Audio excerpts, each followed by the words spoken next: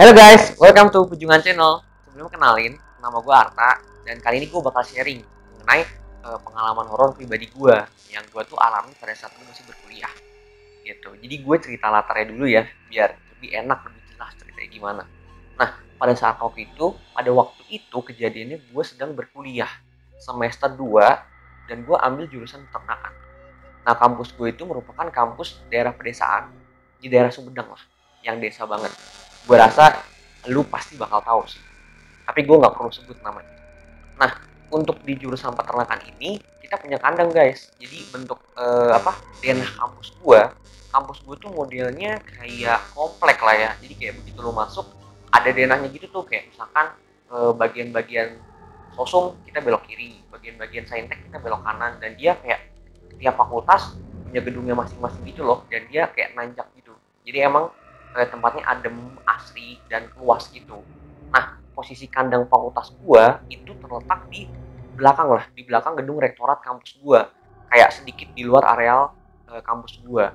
Jadi kalau kita mau capai kandang itu, aksesnya adalah kita naik nih masuk kampus ambil ujung keluar pintu belakang. Nah, di situ kita ada jalan tembusan yang mana tuh kalau kita lurus terus itu bisa kayak tembus ke daerah pegunungan lah, daerah-daerah belakang kampus gitu.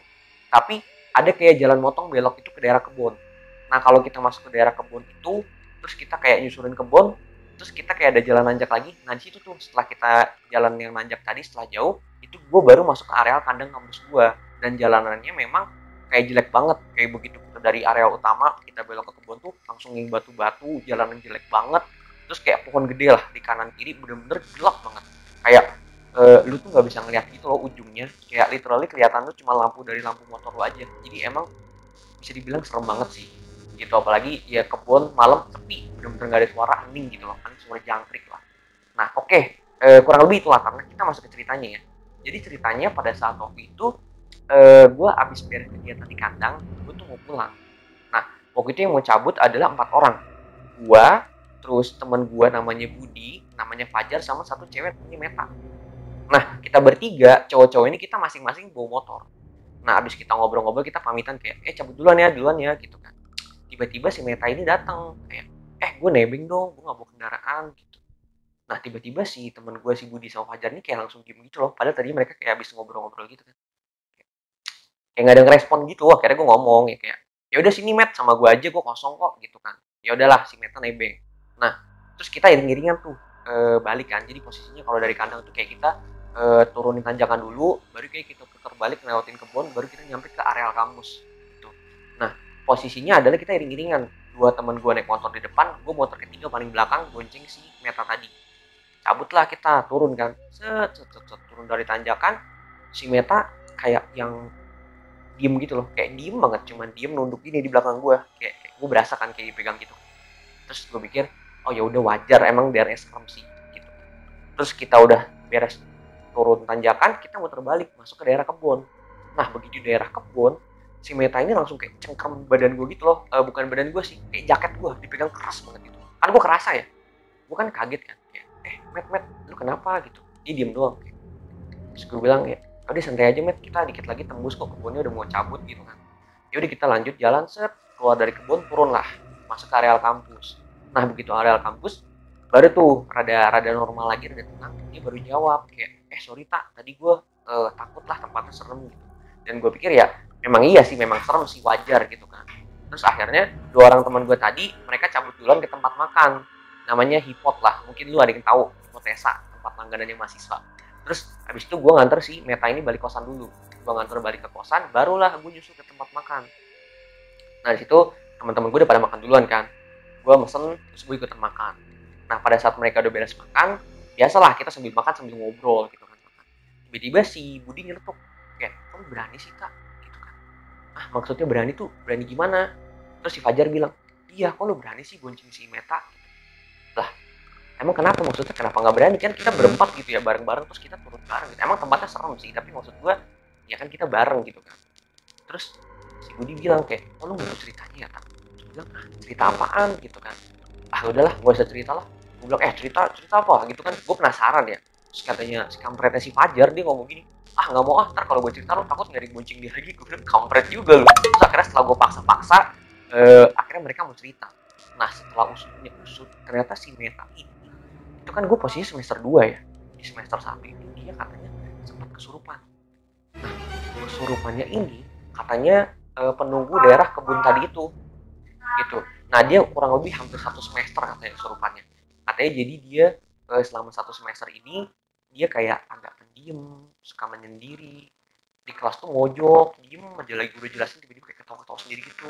Ternyata lagi scroll TikTok. Nggak deh. Nggak, waktu itu belum ada TikTok, zaman gue pakai itu belum ngetren, Musical.ly pun belum ada. Oke lanjut. Nah pokoknya intinya dia kayak menyendiri gitu, dia agak beda lah dari dia biasanya. Terus puncaknya, gue kan nggak sekelas ya sama si Meta ini, cuman si Fajar sama Budi ini mereka sekelas.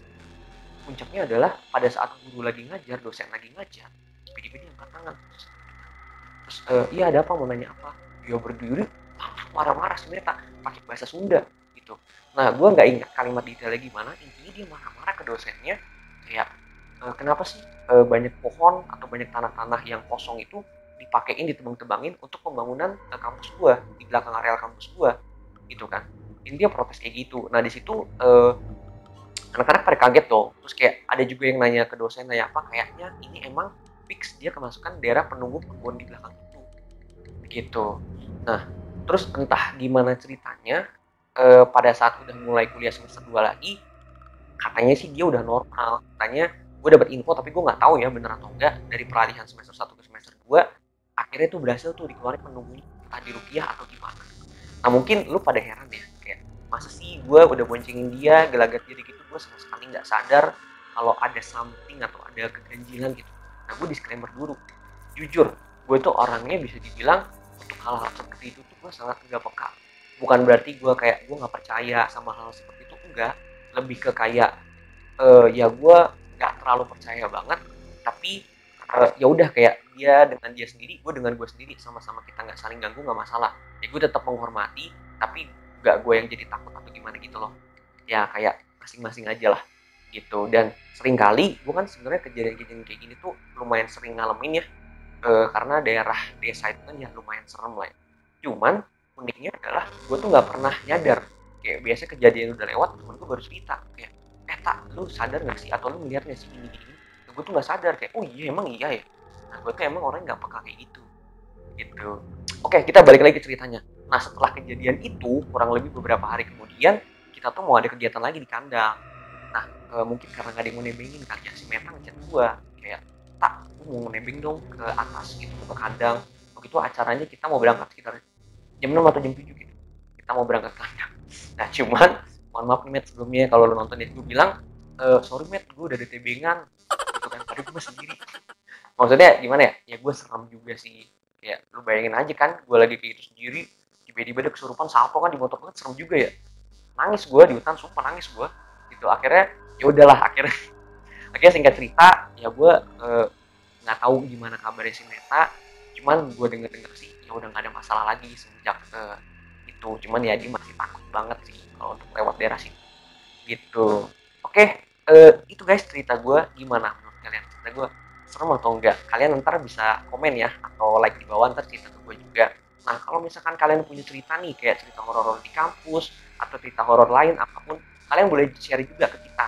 Ntar kalian bisa kirim ke email atau DM ke Instagram. Nanti gue info lengkapnya gue cantumin di deskripsi ya.